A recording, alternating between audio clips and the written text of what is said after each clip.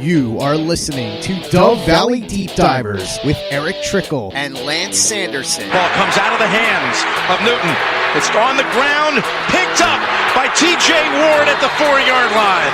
Vaughn Miller did it again. On Overtime Media. And we are live. Got to give Bawana Beast, John K. MHH, the man behind the keys, the good thumbs up on bringing in the Mile High Huddle Facebook group, the Superfan group. Good to go. Mile High hello, everybody in Broncos country. Welcome into another episode of the Dove Valley Deep Divers podcast. I am your host, Lance Sanderson. Joining me, as per usual, is my good friend and colleague. He is that way, the one and only Erick Trickel, Mile High Huddle senior NFL draft analyst. Erick, what's going on, man? Are you buried in snow up that way too? Yes. Yes. Okay. Like, it's March 12th now, and we have more snow than we did in December. It's bad up here, man. I mean, not as bad down there as from what I hear. You guys having that big old snowstorm and everything like that, but yeah, it just kind of sucks waking up and having in the middle of March and having almost 10 inches of snow on the ground. Yeah, it could be a lot worse. Honestly, down here we haven't gotten hardly any snow in the Wyoming area. Our mountains are pretty much dry. We got 6 inches the other day. Sounds like we're going to get a foot in the snowpocalypse 2021. I think that's the hashtag rolling around Twitter right now. But no, it's been pretty rough around here. Really hot. Today was actually pretty cold because we got that snow and the temperature dropped down again. It was around the zero. It was almost below zero when I went to work this morning. But no, it's been kind of rough. And unfortunately, I think with the heat that we've had and the lack of snow, I'm predicting some fires for Wyoming this year, which is really unfortunate. We had to deal with a bunch of the smoke from Montana last year and the smoke from California, and there was a small fire in Wyoming, but it wasn't necessarily anything really to speak of. I think we're going to have something big this year. Pretty unfortunate. But guys, this is not a weather show. Unfortunately, we love to talk the weather with you guys all day. But no, this is the Dove Valley Deep Divers podcast.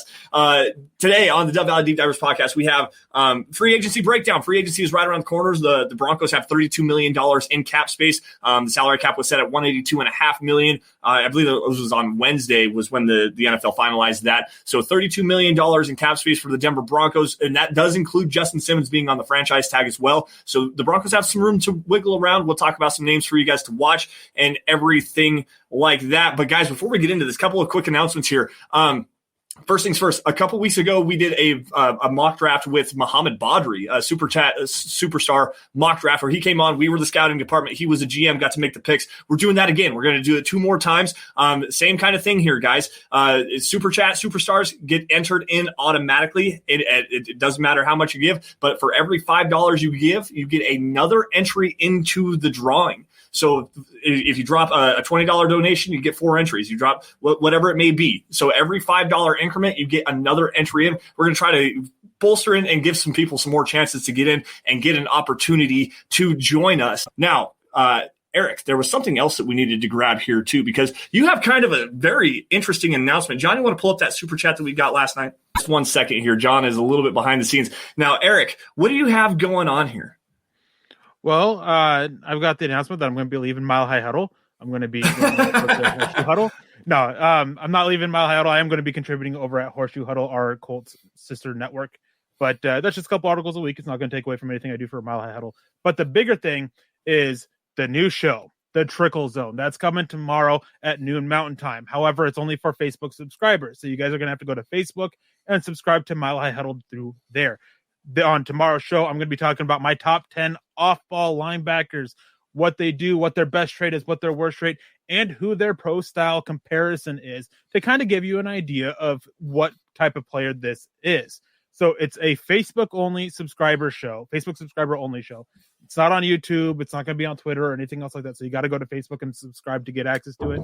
And up until the draft, I'm going to be breaking down all my top 10s, some positions, top 5s of players in the draft, best trait, worst trait, player style comparison.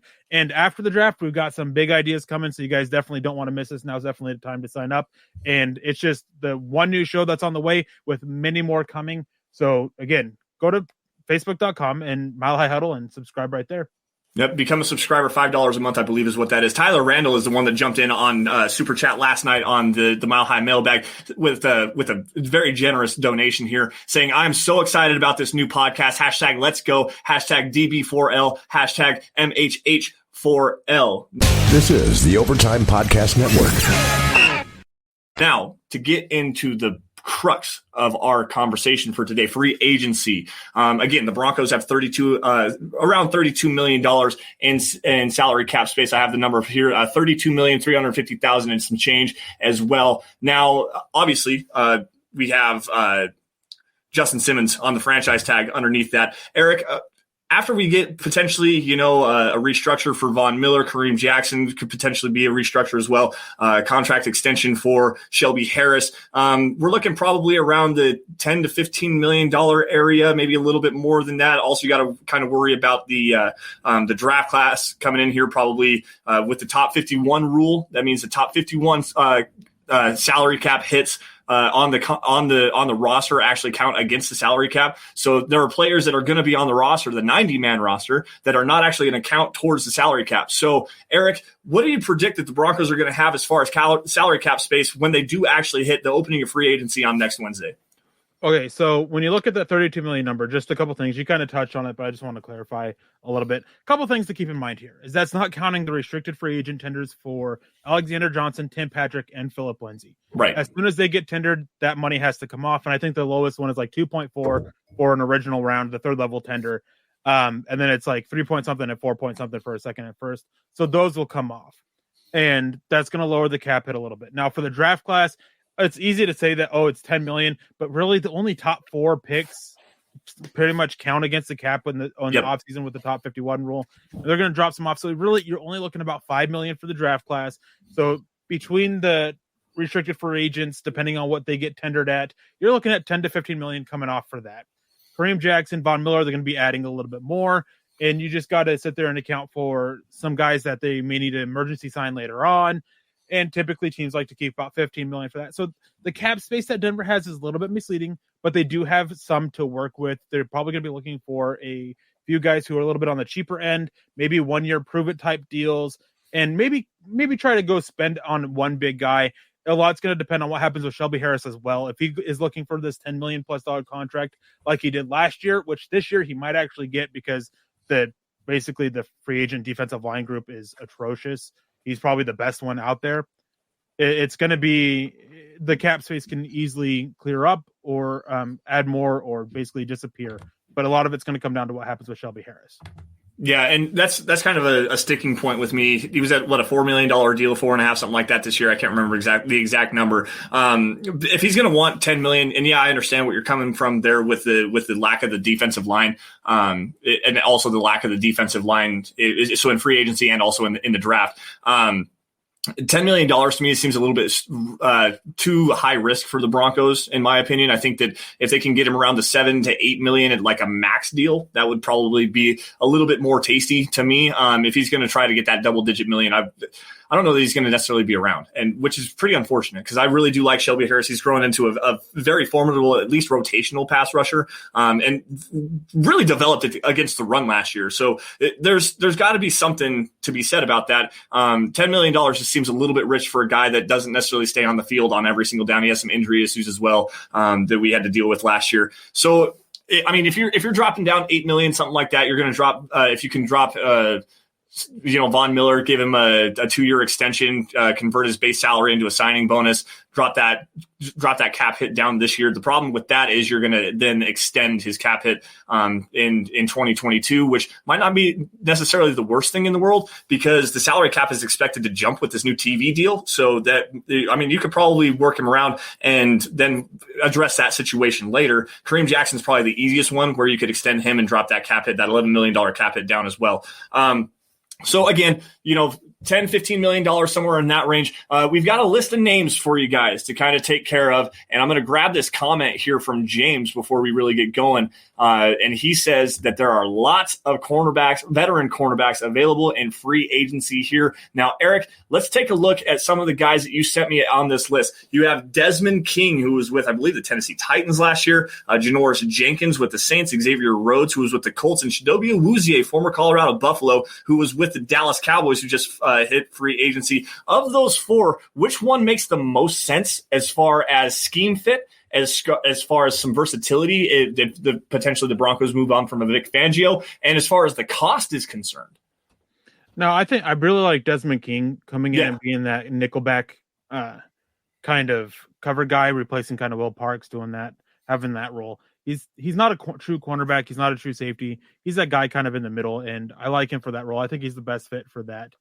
Chidobe Awuzie, I think, would be an interesting one. I saw James Campbell mention his former Colorado teammate, Ahkello Witherspoon, but I'm just not sure where Ahkello Witherspoon is health-wise. I mean, he got injured this last year, and there's some concerns there, and I'm just not sure I would take a risk on that. And I mean, there's a lot of guys here, but yeah, the two that I'd be looking at is probably Chidobe Awuzie. I think that he'll be a little bit on the cheaper end because his time in Dallas wasn't great, and that Dallas scheme really didn't fit him. I think he'd be a little bit of a better fit in this match quarters. I like Xavier Rhodes as well, and I think that he's one that's a lot of people are going to shrug off because of how bad he was playing a press man system in Minnesota.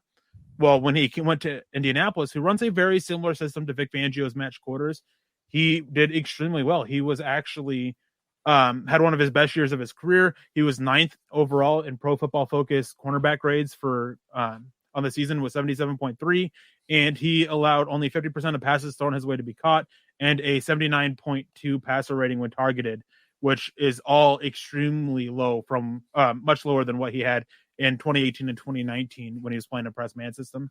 So I really like that fit. I like bringing him in.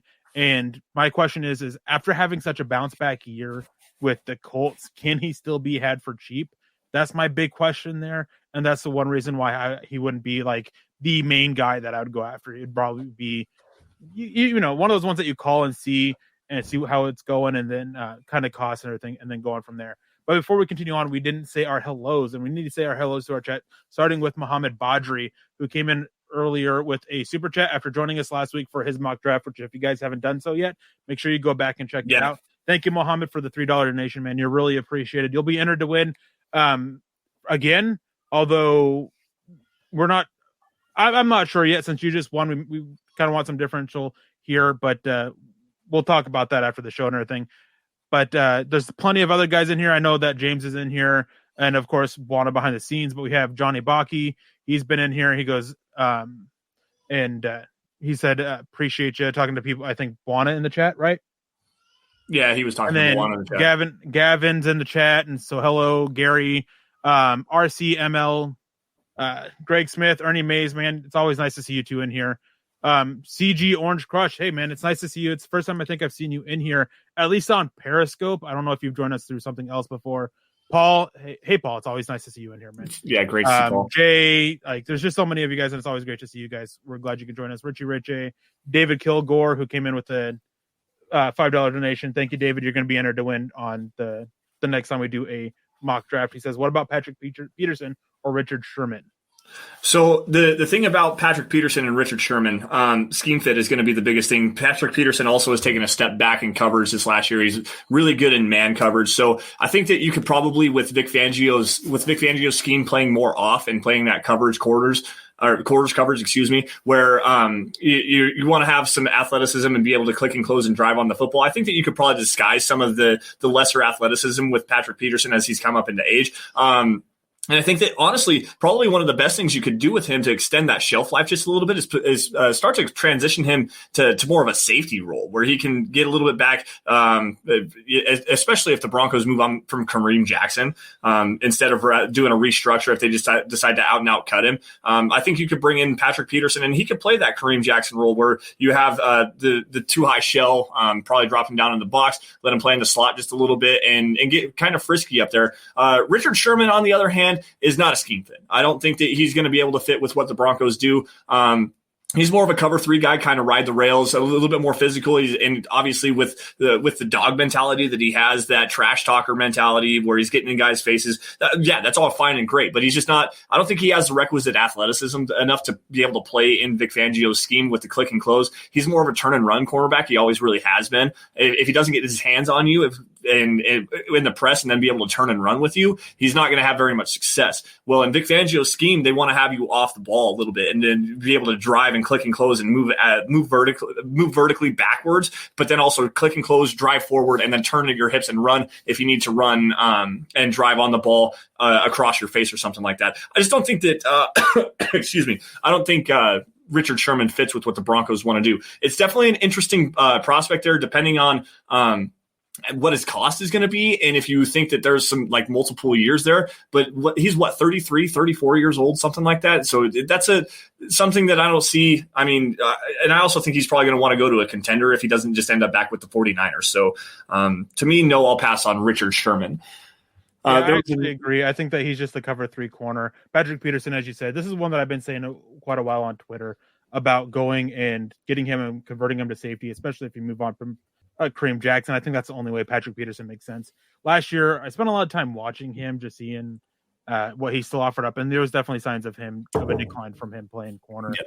And then real quick, Elway to go, the GOT came in with Kevin King, Green Bay, 6'3", cornerback, 4'4", 340, size, speed, starting to put it all together. I passed on Kevin King. He was not good last year, and he was burnt toast in the playoffs. He was a liability. I just don't know what you do with him. I don't think he's a cornerback moving forward. I really don't.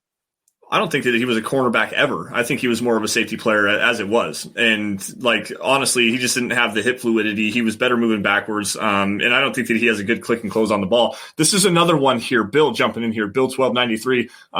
Big fan of William Jackson, but he'd be costly. I'm not necessarily so sure about that. He was one of the best corners in the NFL last year. Well, I don't know though, because it was so inconsistent in his first 3 years. So that it's hard to, and I mean, yeah, you like that press man ability that he has, and his hip fluidity is great. Athleticism's there as well. But the inconsistency that he had, he was one of the best cornerbacks in the NFL last year, but his first 3 years, he was just kind of a guy, more or less. So are you banking on recency bias? Are you gonna pay him $10-12 million? Probably not. If he comes in at that $8 million range, absolutely. I think $8-9 million you can get a William Jackson in here. I firmly agree with that. I like that move. Robert Kitchens jumping in here as well. Love your video on Mac Jones, Eric. The video that he just dropped. We're doing our Finding Broncos series, and actually I have a couple more that I'm going to send in here in the next day or two. Eric did a video on Mac Jones, the quarterback from Alabama. Why don't you just drop a little bit of knowledge really fast for everybody here on the live stream? Mac Jones, he played for Alabama. He's no, it's one of the interesting things, and I never realized this before, is that he has the same amount of starts as Trey Lance. I didn't notice. Everybody likes to knock Trey Lance for his starts. Well, what about Mac Jones? I think that the biggest difference between them two, obviously, besides the raw ability that Trey Lance has, is that Mac Jones he's kind of safe. And when I say safe, I mean, you just know what you're going to get with him. I don't think he's a guy that's going to come in and really exactly wow outside of a system and an offense that's really built around him to cover up his issues that he has. But he's just a guy that, at the very least, I think you're getting a good backup quarterback that's really smart, can come in and help if needed, but maybe not be a guy that's a full-time starter unless everything around him is right. Make sure you guys go to youtube.com/MileHighHuddle and check out that video. Or just Google search Finding Broncos Mac Jones. I love the Finding Broncos series that I do every single year, and it's been a great joy. And eventually, speaking of Finding Broncos, I mentioned contributing at ColtsHuddle.com. Well, if you guys want to go see about a player and how they may fit with the Colts, check out ColtsHuddle.com here within the coming week or so, because they'll be finding Colts. Yeah, and Colts grow up to be Broncos, right?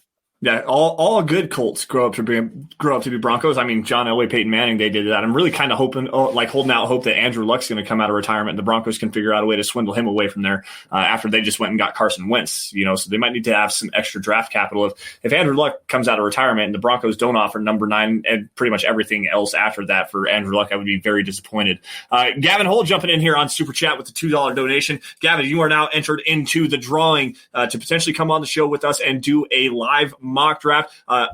Second best, at least the second best. You're really pushing for the first. I kind of miss Base Gase. Where's Base Gase at? We need to get him. We need to get one of these two guys on the show to explain the profile pictures, because this Drew Lock smoking with the bandana do-rag Broncos hoodie on is glorious, man. This is really good stuff. We appreciate you for joining us every single week. Now, let's go forward just a little bit here. The Broncos also have a need at the linebacker position. And Eric, of the guys that you sent to me, Devondrey Campbell, Quan Alexander, who is probably going to get released. I don't think he actually got released yet, but more than likely going to get released from the New Orleans Saints. Jayon Brown, Eric Wilson as well. Again, same questions as last time. Of these guys that you gave me, as far as scheme fit, the versatility that they have to potentially move into a different scheme, and cost. What do you think? Which one probably fits if the Broncos do look to go out and get an off-ball linebacker, which they very well could? Jayon Brown has some love in the chat earlier. So the one that I think that is the best fit is Jayon Brown. Quan Alexander, I basically threw in here because it's name recognition. I just want to say that the only way I would take a shot on Quan Alexander is when he's on the field, he's great, but he's hardly ever on the field. Is a cheap, like 1 year, $3 million deal with incentives, like just something like that, cheap to just protect the team. But yeah, Jayon Brown, I think, is the best fit. He's pretty good sideline to sideline. He's got that coverage ability. And everybody always talks about finding a guy who can come in and shut down Darren Waller and Travis Kelce. Well, you don't find guys to shut them down. There's no one that can do that.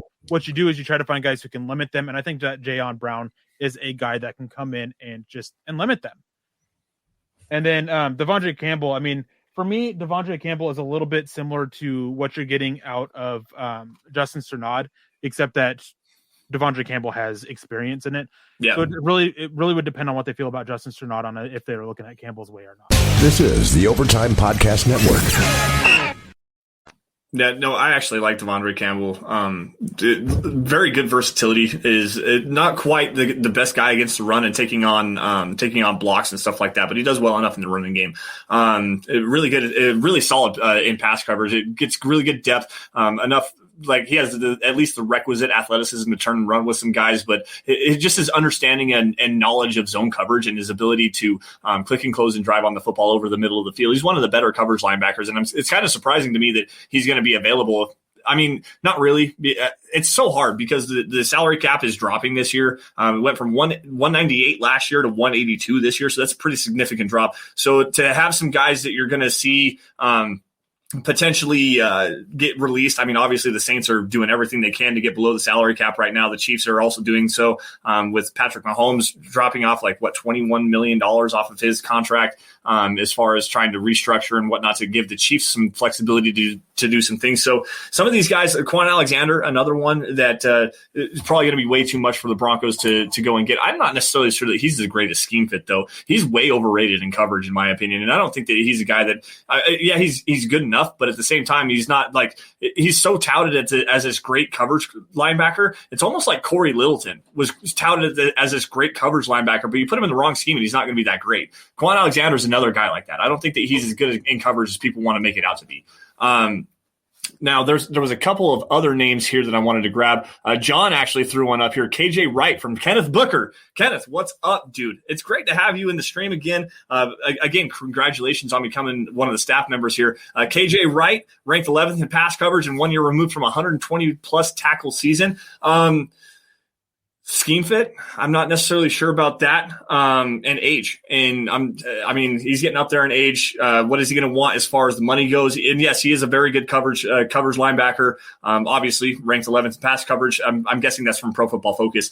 It's just the scheme fit. I'm not necessarily sure that he's the greatest scheme fit to me. He's a pure will, and Denver just doesn't have a pure will spot in their defense. Right. And not only that his play last year, there was signs of a significant drop in his play coming, and with what he wants, because I can't remember who it was he had an interview with, but he came out and had an interview with somebody talking about how he still wants to get paid big money and stuff like that. He doesn't want to take anything cheapy to stay in Seattle or wherever. Is he still with Seattle? Yeah, he's still with Seattle. He doesn't want to take a cheaper deal and everything, take less than what he's worth. So it's just the money, the scheme fit, and I really do think that he's about to hit a wall. Maybe not this year, but in the next year or two. And if you're looking at signing him, you're probably looking at giving him a 3-year deal for big money and just not worth it. And I saw James mention Jayon Brown and Matt Milano are going to get paid.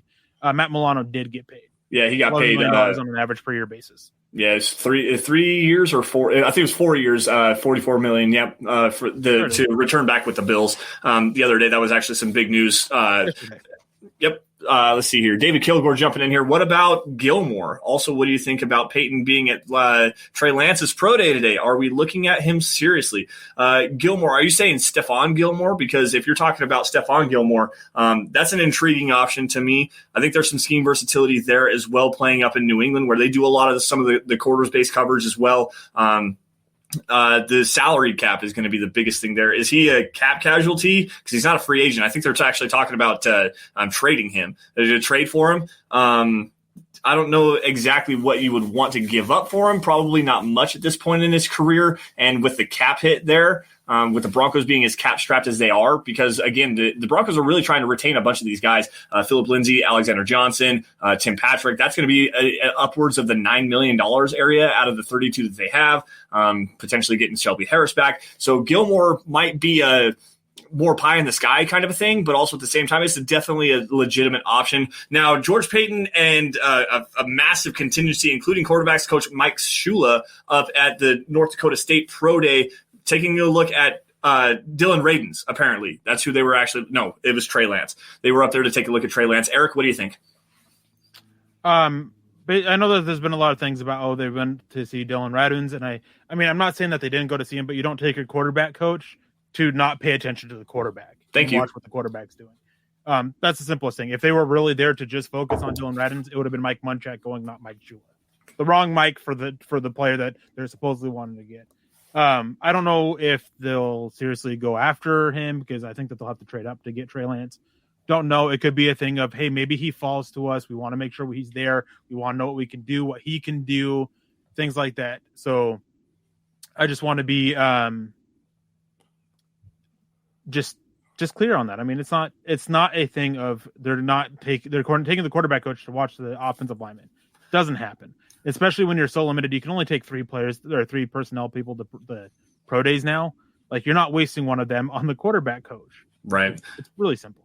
Well, and to get after that a little bit, we already know George Paton's mentality. He's a draft and develop kind of a guy, and he wants to go. And he actually did say, we're going to leave no stone unturned. We're going to go look at everything. And you have questions at the quarterback position. Why wouldn't you go look at all the top quarterbacks? And Trey Lance is one of the top quarterbacks, regardless of if you think he's a 2-year project or not. I mean, he is one of the top quarterbacks. He's probably going to be a top 10 pick, maybe even a top 6 pick. We're not exactly sure yet.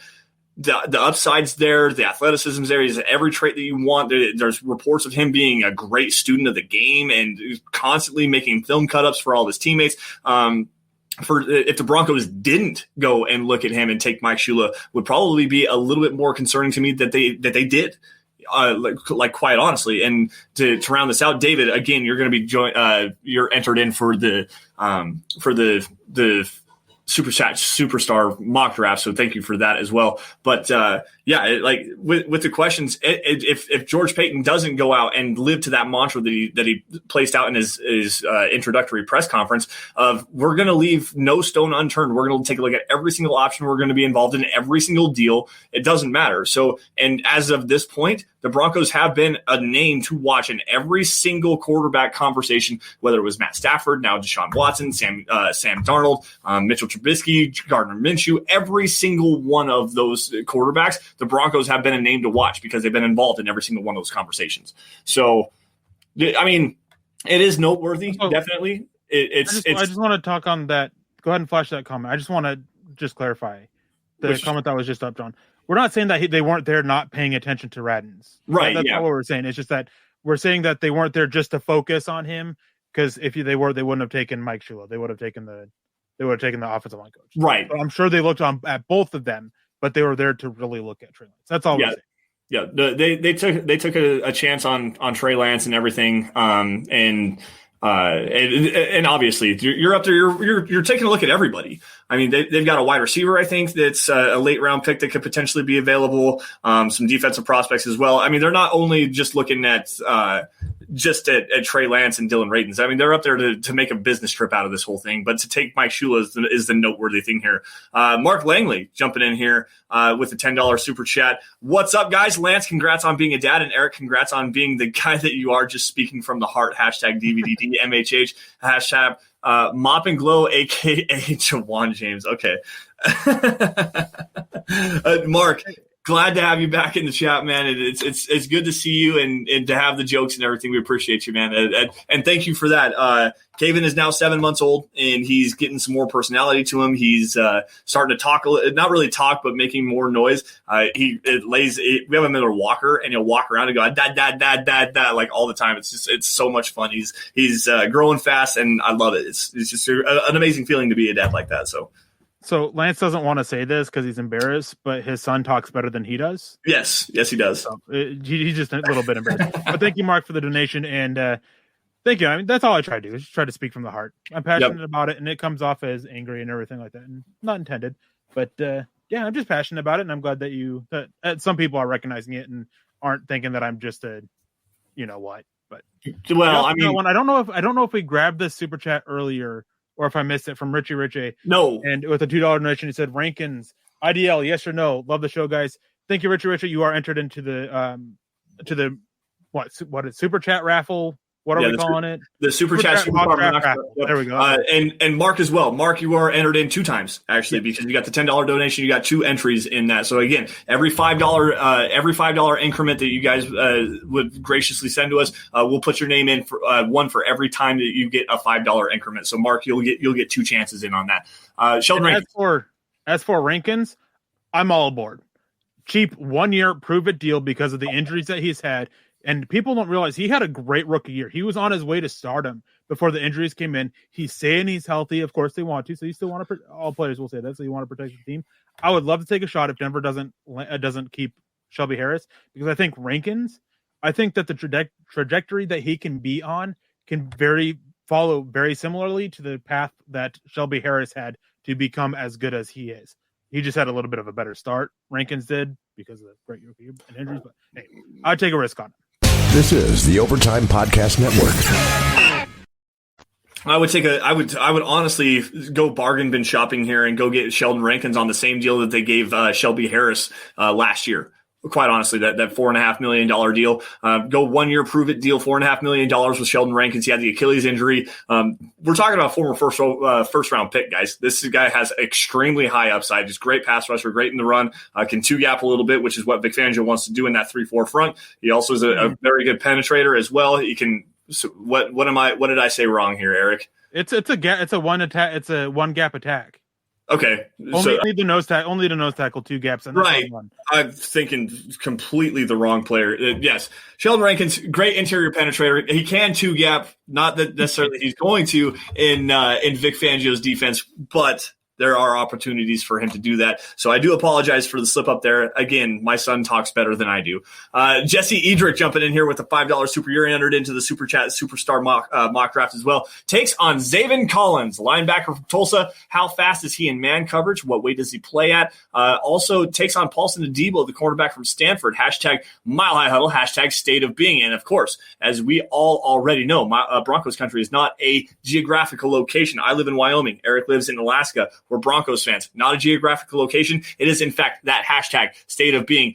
Eric, Xavier Collins, you and I have kind of come to a disagreement on him a little bit. Not necessarily a disagreement, more of again, my son talks better than I do. I poorly word choice on the way that I evaluate Xavier Collins, on him being better moving forward than he is moving backwards, just because he doesn't get his depth right. Now, Eric, I want you, the senior NFL draft analyst, to drop some knowledge here really fast on Xavier Collins and what you think his scheme fit is as far as man coverage, what weight does he play, stuff like that, to answer Jesse's questions. Well, first of all, I want to say, Jesse, I don't think I've seen you in here super chatting before. Yeah. So it's definitely, if you have, then I apologize. But if you are new to Dove Valley Deep Divers, we really appreciate you jumping in and joining us, and we definitely appreciate the $5 donation. Now, I want to talk about Paulson Adebo first, because if there's any alumni from any school that can call me a hater of their school this year, it's Stanford. I am not a fan of Paulson Adebo. I'm not a fan of Walker Little. I don't see much upside for them to last in the NFL very long. It's just Adebo, he's just so raw and like super athletic, yeah, but he had such a down year in 2019. Then they opted out. I'm just not sold on him. Now, as Xavier Collins, he plays about 265 pounds. But I don't want to talk about him too much, because I'm going to be talking about him a lot more tomorrow on the Trickel Zone show, which is a Facebook subscriber show. So you guys got to make sure you guys go and subscribe for that. It'll be at 12 Eastern time, or Mountain time. Sorry. But Xavier Collins he's a good man cover. He's a good cover corner or cover linebacker. And it's just, my concerns is when he comes downhill, sideline to sideline, he's all right. But when he comes downhill, I have a lot of concerns about him and his desire to be a run defender at times. the concern about taking on blocks, poor technique. He's got some bad and inconsistent tackling technique as well. It could get fixed up with some experience there, but it's just it just comes back to, I just have some questions about his desire to do that.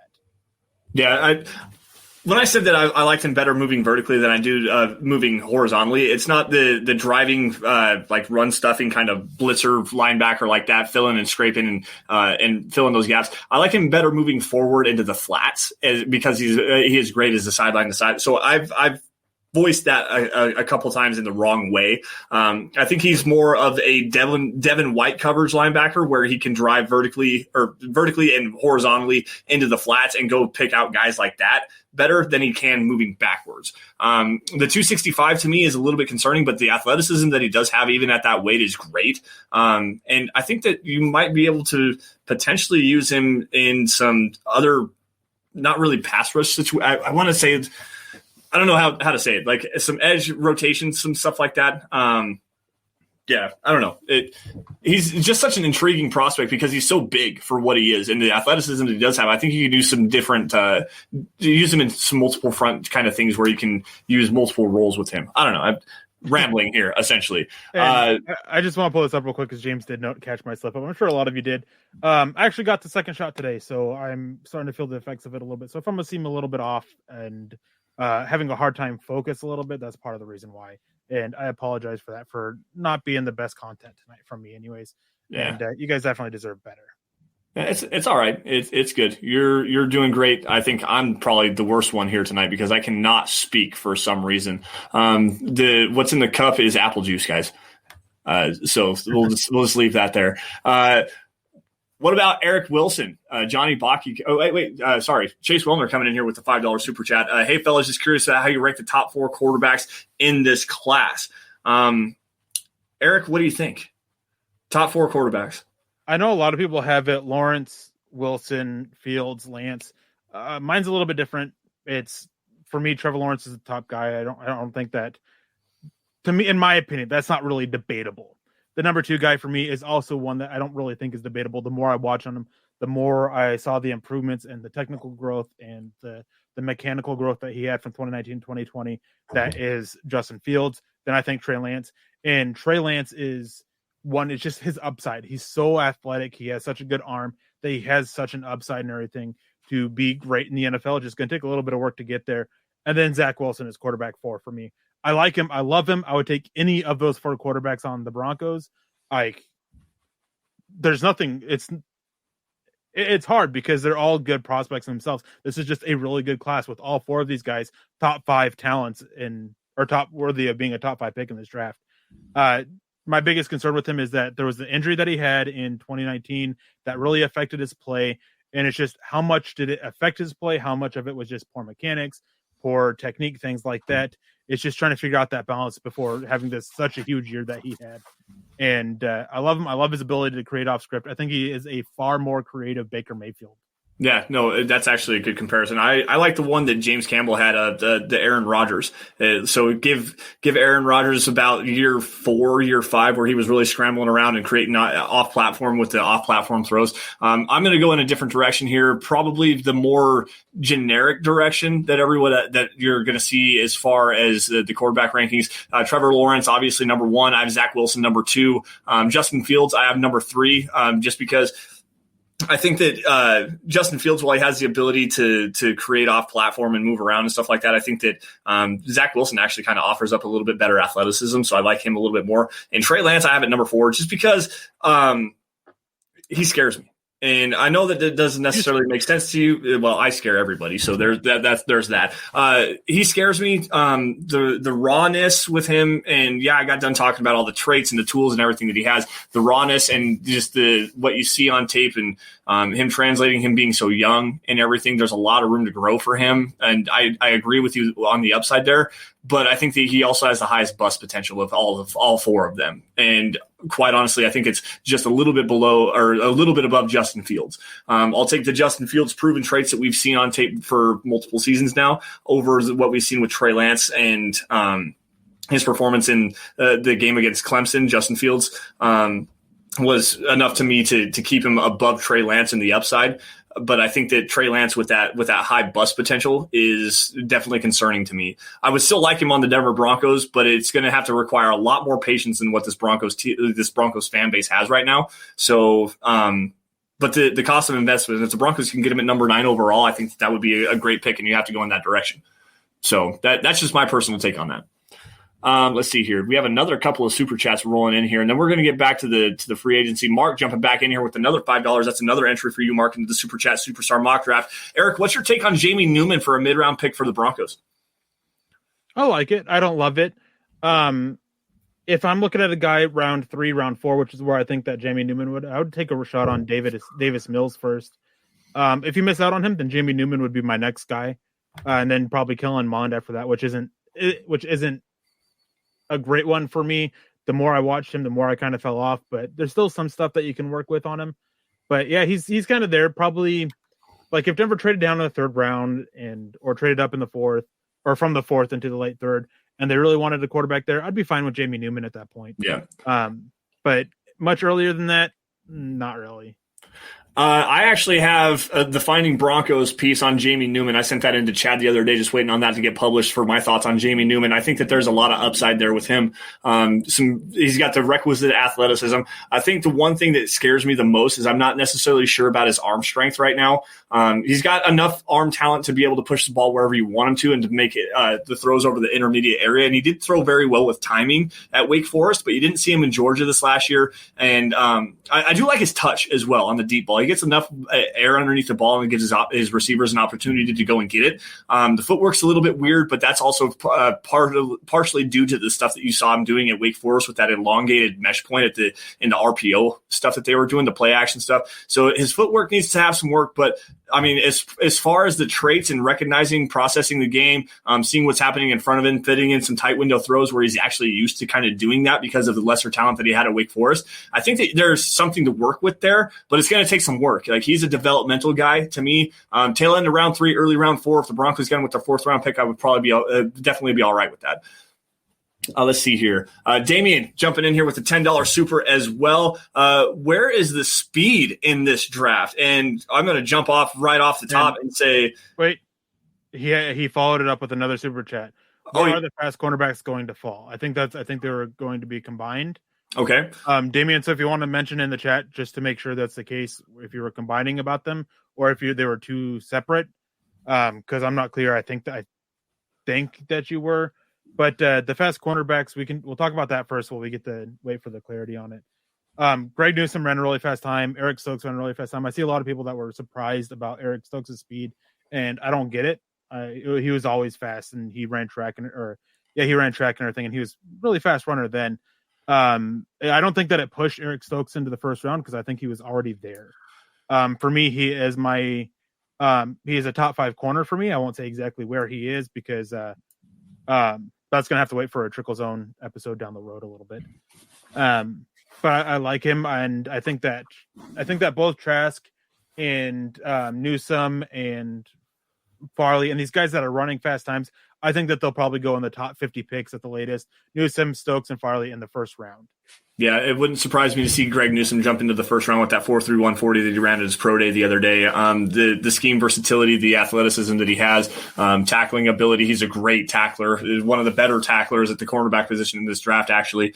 I think that honestly, the speed really in this draft class is at the cornerback position, especially at the top of the cornerback position, because you've got Caleb Farley, who is saying on his Instagram that he runs a 4.24. You have Eric Stokes at 4.25, Gregory Newsome at 4.31. It wouldn't surprise me to see a JC Horn in the 4.3s as well. And then Patrick Surtain, poor little Patrick Surtain in the 4.6 area, because he's not the most speedy kind of a guy, unfortunately.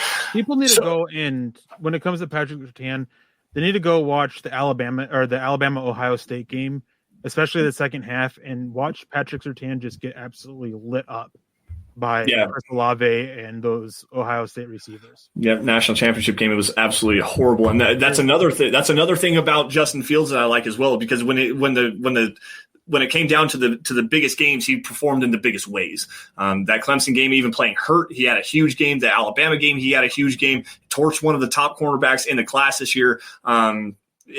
Honestly, I would probably put J.C. Horn above Patrick Surtain as far as a guy, almost Eric Stokes as well. I think Eric Stokes might be a better cornerback as far as the athleticism, the scheme fit, and everything for the Broncos, specifically for the Broncos. I think Patrick Surtain is a very fine player, but he's just not a scheme fit, and he doesn't fit with the athleticism profile that I like with my cornerbacks. And that Ohio State game, the reason why I mention it is because it shows the issue with technicians like Patrick Surtain, and that technique that he has is great. But sometimes it fails, and what does he have to make up for it when it fails? That's the question that you got to answer when it comes to him. So just a little bit of scouting insight there. That's the question you should be walking away from with that is with him. When that technique fails, what can he do to help recover and help make up for it? And Ohio State game showed that there's not much. Yeah. All right, so I think that we've finally caught up with all of the super chats. Again, thank you all for donating to us. Damien, you're going to get 4 entries into the super fan, the super chat superstar mock draft. We got Base Case jumping in here. Here he is. That's the guy. That's the one we were waiting for. Gavin. Base Case jumping in here with the best profile picture on YouTube with a $5 super chat. You're entered in for actually I think it's 2. Are we doing that? The first super chat is 1, and then if you have a $5 increment, that's another entry into the super chat superstar mock draft. So Base Case, you're in there for 2 times now. Considering 1 time, just one time. Yeah. Considering it's North Dakota State. 5. Gotcha. Anything over 5. Gotcha. Considering North Dakota State runs a pro system, Lance made me more ready than people think. And who's the best coverage linebacker in this draft, excluding Parsons? Real quick, you can include Parsons, and he wouldn't be the answer. I was going to say that. I wouldn't even put Parsons in that conversation in the first place. Best coverage linebacker in this draft. Well, it depends on how you view Jeremiah Owusu-Koramoah. If you view him as a linebacker, he is the best guy. I think he's kind of more of a box safety. And outside of him, I think the best cover guy, best linebacker cover guy that I don't have a concern about if he's actually a linebacker or not is Jabril Cox. Baron Browning, also. The versatility and the ability to drop back. I would take Cox over him as far as the best coverage linebacker. Chaz Surratt, sneaky little option there. High-end athleticism, but he's just raw enough. Who can't run? 4.7 40. Oh, I did not see that. Wow, that's new information to me. Wow. Okay. So never mind. Erase that. But that's a little real quick. That's a little tongue in cheek because your 40 time isn't a direct inclination on what you can do in coverage. But there was other concerns that he had at the HOA combine that lead to concerns with his game being able to translate to coverage. He did well at UNC. He's still learning, but these concerns that he showed with other athletic testing that he did is just a little bit too concerning to throw him in there, in my opinion. Right. Okay. Then that's fair. Just based on what I saw on tape, it doesn't necessarily match the timing. So I don't know. That's kind of a weird one here. I'm going to jump into the conversation of speaking about the linebackers here. Johnny Baki's thrown this question in here, and I wanted to grab it a couple times. What about Eric Wilson and the scheme fit familiarity with Peyton? Nicknamed a human turnover last season for forcing turnovers. Intriguing, is it not? Eric, what do you think? It definitely is. I don't think that the connection with George Payton is a big deal outside of the fact that he knows them from Minnesota, because obviously it's not a coach type familiarity. It's somebody in the front office. So that's to me isn't the big deal about it. But I think he could definitely be made to work. I don't think he's an ideal scheme fit, but it's workable. It's doable. You can fit him in. And I think that you can find a clear role for him as a Josie Jewell replacement. Yeah, it'd be all right. And as James Campbell actually said in the group chat here, he's pretty athletic, but does that athleticism translate to coverage ability in a bigger volume? Why don't we go back and take a look at Devin Bush, who was widely considered one of the top athletes at the linebacker position, another linebacker that the Broncos potentially could have taken at number 10 overall in the 2019 NFL draft, one of the best athletes, overall athletes, pound for pound in the draft that year. And he also allowed the most touchdown passes to tight ends of any linebacker in coverage over the last 2 seasons. So just because you're an athlete doesn't necessarily mean that you're good in coverage. So you got to kind of go back again, look at the numbers, look at everything like that, go back to the tape and take a look at that and see what he actually is able to do, understanding his landmarks, turning his hips, getting fluidity and stuff like that. Yeah, you can run 4.35 and be the greatest athlete at 245 pounds. But just because you run in a straight line very fast doesn't mean you understand football, doesn't mean that you understand what your responsibility is, or if you have the turn and run ability to actually play into coverage. So that's something you got to kind of watch out there with Eric Wilson. Jesse Edrick jumping back in on Super Chat, takes on Baron Browning. Also, should Ardarius Washington's size be a concern? Also takes on Israel Mukuwamu from South Carolina. Very long pause. Eric and I were actually talking last night. He got a new microphone set up, so hopefully it sounds good for you guys. Give us some feedback on that as well. But we were talking last night for a little bit, and I said something that Eric, I'm not necessarily sure if you agreed with because he didn't really comment back on it, but I did say that Ardarius Washington, if he was 2 inches taller and 10 pounds heavier, would be safety 2. Behind Trevon Moehrig or maybe even Richie Grant. I have Richie Grant and Trevon Moehrig 1A, 1B. But Ardarius Washington would be probably at least safety 2 or maybe safety 3 if he was 10 pounds heavier and probably 2 inches taller. The versatility that he has, the ability to play, he's got enough range to play in a single high roll. He's got enough strength and athleticism and versatility and aggressiveness and physicality to play as a box safety. He can slide down in the slot, maybe play some boundary corner if you want him to. The versatility with Ardarius Washington, he could be one of the top safeties. The size to me and the way that he plays is something that drops him down just a little bit. Not very much, but just a little bit. So for Baron Browning, I love the versatility that he brings. I wish he was a little bit better and more consistent with his reads. He's a guy that I'll definitely talk more. Again, I'm going to plug it. The Trickel Zone tomorrow, I'm going to be talking about off-ball linebackers, 12 Mountain Time. It's a Facebook subscriber only show, so make sure you go to Facebook and subscribe that way. I'll be talking about Baron Browning on there. He's in my top 10. I like him a lot, and I think that his placement will actually surprise you in a good way. Ardarius Washington, he's a guy that I like him a lot. I do agree. If he was about 6 foot even, with his physicality, his athleticism, nothing else changed. If he was just, instead of 5'8", if he was 6 foot flat, I think that he would probably be in consideration as a top safety in this class. The size is definitely the really big concern. You can use him in so many ways, though, that he's Tyrann Mathieu. He's the honey badger of this class. Yeah. And then Israel Mukuwamu, I like him all right as a boundary corner, but I think he's a guy that maybe, depending on the scheme, cover 3 is probably more ideal for him, but he's a guy that maybe you would consider moving to safety, depending on what scheme you run. And Black Knight comes down from the castle, since you're a knight, and with a $50 donation. Thank you, Black Knight. We really appreciate that. You're going to be entered into the Mile High Super Chat. The Super Chat Superstar Mock Draft. Super Chat Superstar Mock Draft that we do. You're going to be entered into that, win that 10 times. And he says, showing support for my other favorite pod. Do you grab a quarterback if one falls to the Broncos in the first round as a failsafe just in case Peyton blows the team up and starts over? Also for head coach candidates, do you guys think Kellen Moore would be an option? So to talk about the first part of it, do you grab a quarterback? I think you do. If one of the top 4 falls, I think you have to, because I think the value, all 4 of them are worth top 5 picks. I think the value just outweighs it there. If you really want to build a good team, you got to take the best players. Drew Lock hasn't shown he can be the guy. And I know a lot of people don't want to give up on him yet, but you can't pass up on those guys just in case that he might turn around, because if you pass him up and he doesn't turn it around, that will get you fired. And I think Peyton knows that. And I think that in case that they don't meet expectations, they do blow it up and start over this year. New head coaching, everything like that. I think that it's a good idea to have a new quarterback in play, because that can be very enticing for head coaching candidates like a Kellen Moore, who I would assume would be an option. I think like a Joe Brady. I mean, I'm not saying it's written in stone that Vic Fangio's gone. It's a pretty likely chance, of course. But I mean, you can't at this point with what the Broncos have done over the last couple of coaching hires. They've had a very limited search path or net cast. I guess that's the way I wanted to say it. And that you just can't do that again, especially with the way that the NFL is changing and adapting and all that. And if you get a young quarterback, especially one like Trey Lance, who's super athletic, you want a very creative offensive mind. I think Kellen Moore can be that. Joe Brady one of these guys can definitely do it. Eric Bieniemy, I think that he could be an option as well, depending on how things go, because he isn't the best interview.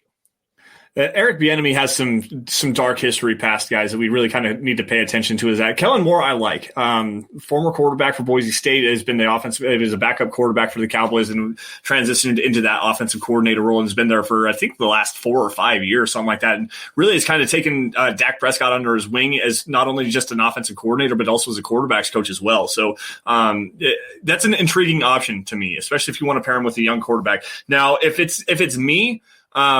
I'm looking in a different direction than Eric Bieniemy. Even Brian Dable, I would probably go in a different direction than that, because I think that what Shane Steichen did with designing an offense for Tyrod Taylor and then turning around and flipping it on top of his head and turning Justin Herbert into the rookie of the year this year. I think that if you were to go and draft a quarterback in the top 10, if you did go and make your move, I would go and get Justin Fields and I would pair him with Shane Steichen, because I think that they would be a pretty good marriage there, and you could grow into one of the better offenses with Justin Fields throwing the ball to Cortland Sutton and Jerry Jeudy, KJ Hamler, Noah Fant. I think Justin Fields with the requisite athleticism, moving some stuff around, taking those play action shot plays that they like to run at Ohio State. I think that with Shane Steichen in tow, that would be something that I would be very, very intrigued by doing. And yes, again, if one of the top 4 options falls to you at number 9, you have to take him. I firmly believe that quarterback is the most important position in all of sports.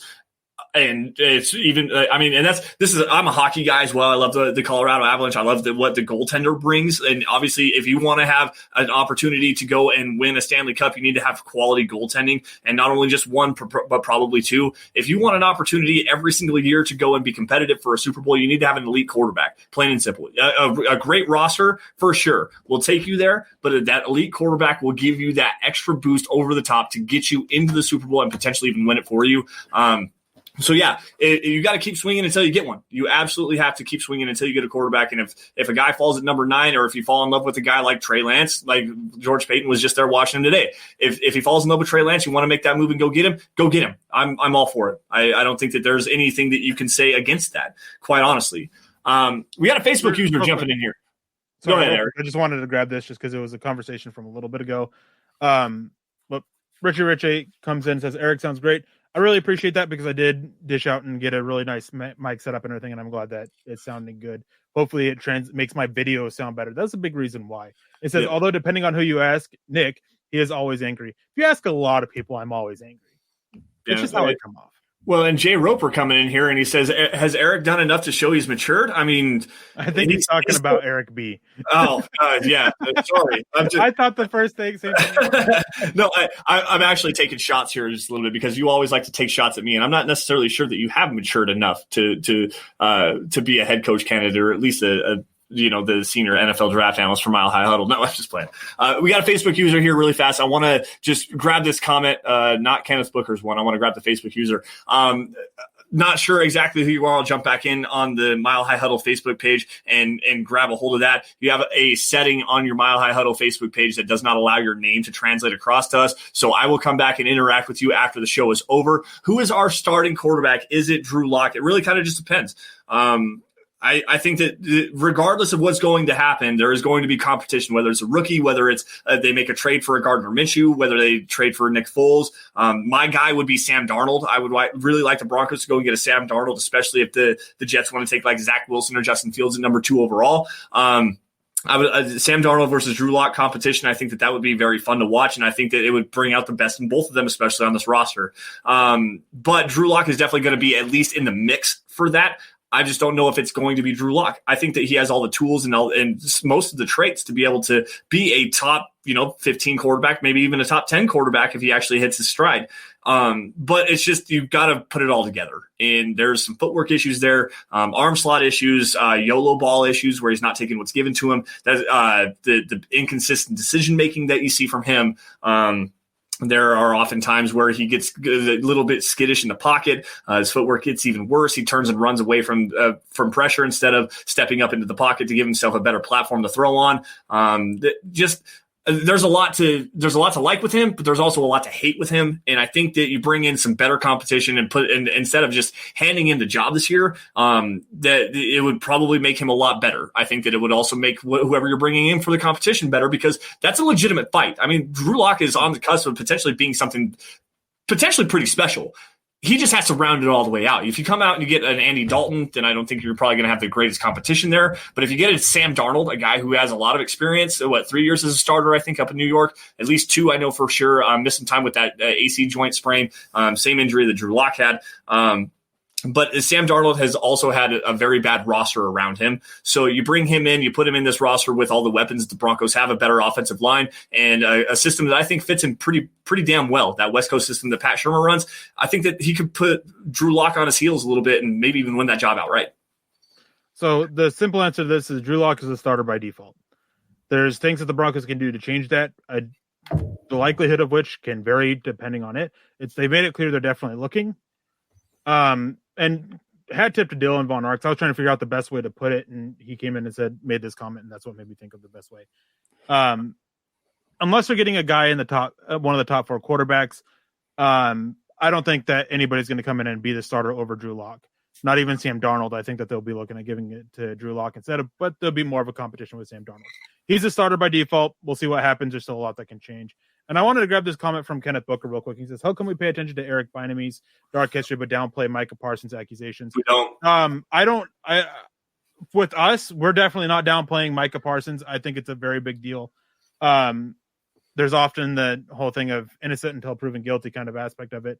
But for me, with doing what I do and everything like that, it's always something that is a concern. Any kind of red flag off the field like this is major, because you don't know what's going to come of it down the road. If Yachu Melifonwu, he's got some stuff that's very concerning red flags that can see him dropping it, because you just don't know what can come of it down the road. So it's definitely big concerns with them. And it's a big reason why Micah Parsons isn't my number 1 linebacker. He's extremely athletic and everything. But for me, it's not just the off-field stuff like that. It's Bucky Brooks coming out and saying that, who knows him very well, and being questioned about his maturity and if he really wants to be a great linebacker and the drive to be that. Those are also big concerns with me, but definitely not downplaying it from myself.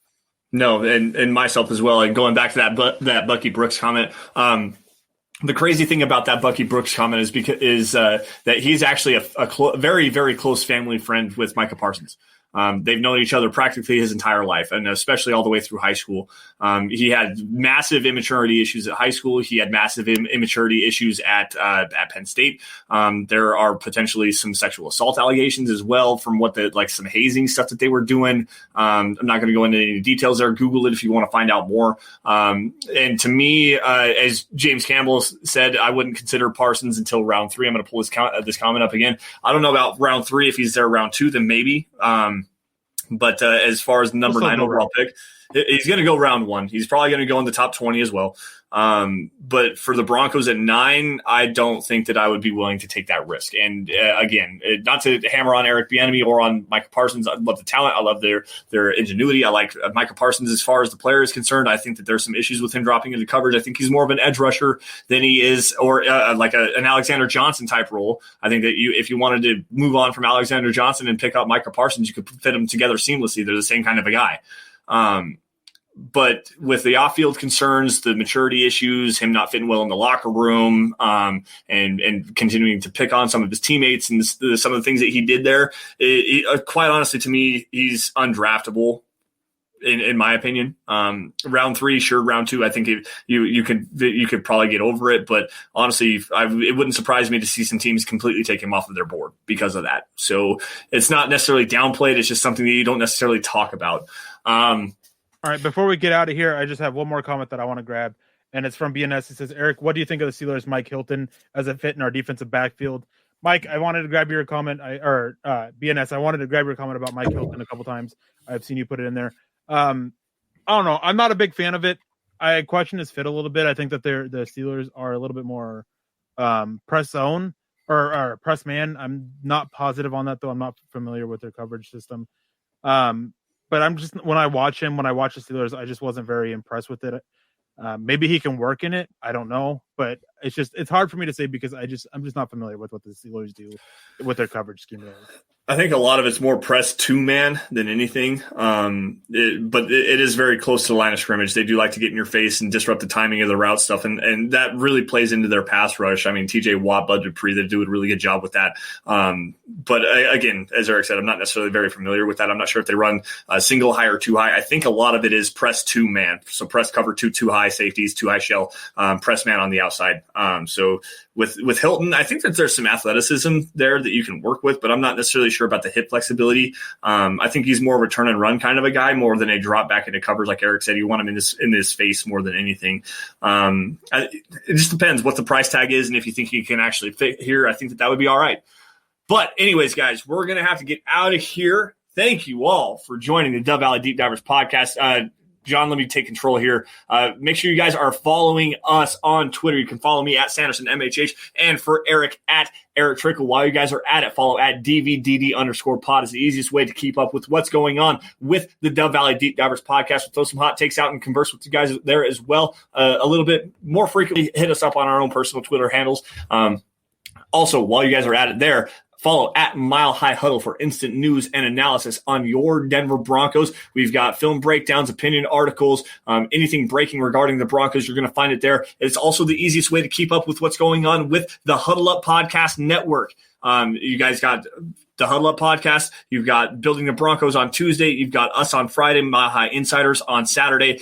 Anything that's going on with the Huddle Up Podcast or milehighhuddle.com, you'll find it at the mother account at Mile High Huddle. Facebook users, very, very important stuff here. And I'm going to let Eric take it away here in just a second. But Facebook users, go to facebook.com/milehighhuddle and subscribe. Become a Facebook subscriber. It's $5 a month. You get some great premium content, including Eric's The Trickel Zone. Eric, what's that all about? Well, not only mine, you guys get access to Kelberman's Corner, which is actually a pretty interesting show. He goes and gives some takes that some will consider a little bit hot, but definitely has a nice, interesting take on it all. But of course, my show, the best show there is, the Trickel Zone. Up until the draft, we're going to be talking about the top 10 at each position. Well, not each position. Some positions like quarterback, tight ends. I'm only going to be talking about the top 5. So definitely make sure you're following that. I'm going to be talking about all these players, what their best trait is, why it's their best trait, what their worst trait is, why it's such a concern, and a pro-style comparison to give you a greater insight as to who this type of player can be. Now, player comparisons don't mean that they're going to follow that career trajectory. Doesn't mean they're going to be as great as a player or as bad, whatever it may be. It just means that that's their style. So make sure you go to milehighhuddle.com and become a supporter there to get access to the Trickel Zone. And then after the draft, guys, you definitely want to be before the draft, and you want to continue after the draft because the content that's going to be coming out. I'm trying to get Lance to get his own show, and I know that Nick Kendall will be having a show coming out too, that you guys won't want to miss that either. I'm not sure what day, not sure how far down the road that is, but just something that's coming eventually. Yeah, I've got the 5280 view. I need to really kind of dial that in. I think we're going to do some film watching together, kind of a watch party. Eric had a really good idea about me watching some film and breaking it down in front of you guys. Potentially won't be able to do anything as far as you guys seeing it, but we can have a conversation and everything like that. So the 5280 view probably coming after the draft. I need to hammer down some details with Chad as well, breaking down some prospects and stuff like that. And I just wanted to throw out there too is also make sure you go to facebook.com and follow Mile High Huddle Pod. It's a new Facebook page that Chad and everybody's growing, I believe. I'm not sure how new or anything like that it is, but make sure you guys are going and following that up. It's stuff that's more centered around the podcast, I believe. Right. Okay. As always, guys, subscribe wherever you guys are watching this, whether it's YouTube, Facebook, Twitter, Twitch. Subscribe to Mile High Huddle. Like every video you guys see because that's one of the best things you can do for the algorithm. Liking videos, that helps us out the most. And if you really love it, share it out to as many Broncos fans as you possibly can. Help us grow our audience, get in front of as many Broncos fans as humanly possible. Before we get out of here, guys, also got to give a hat tip out to huddleuppod.com. That's the merch store. That's where you can get yourself a hat. You can get yourself a T-shirt, face mask, hoodie. There's a coffee cup. There's a onesie for your baby if you want it. There's something for the guys, something for the girls. Eric's got the Dove Valley Deep Divers hat on tonight right there. He just actually put it on. Check that out, huddleuppod.com. Something from every podcast as well to represent your favorite Mile High Huddle personalities. Great way to support the show. Again, subscribe, like, share, wherever you guys are at. I think that's pretty much going to do it. Eric, before we get out of here, you got any last words? No, just make sure you guys are subscribed to Mile High Huddle on Facebook so you guys get the show, the Trickle Zone, tomorrow. And then make sure you guys tune in tomorrow night for Mile High Insiders with Nick and Luke Patterson. Yeah, absolutely. Nick and Luke do a really good job. It's a fun show. It's always fun to hear some of the takes that we got from those guys. Nick kind of holding the show down and doing a good job hosting everything. Luke with his witty humor and everything that he does. It's a lot of fun. Mile High Insiders tomorrow night. Again, guys, thank you all for watching the Dove Valley Deep Divers podcast. Follow us on Twitter at Sanderson MHH, for Eric at Erick Trickel. You all stay safe. Take care. Have a great rest of your weekend. You guys will see us next week, same time, same place, same bat program, same bat channel.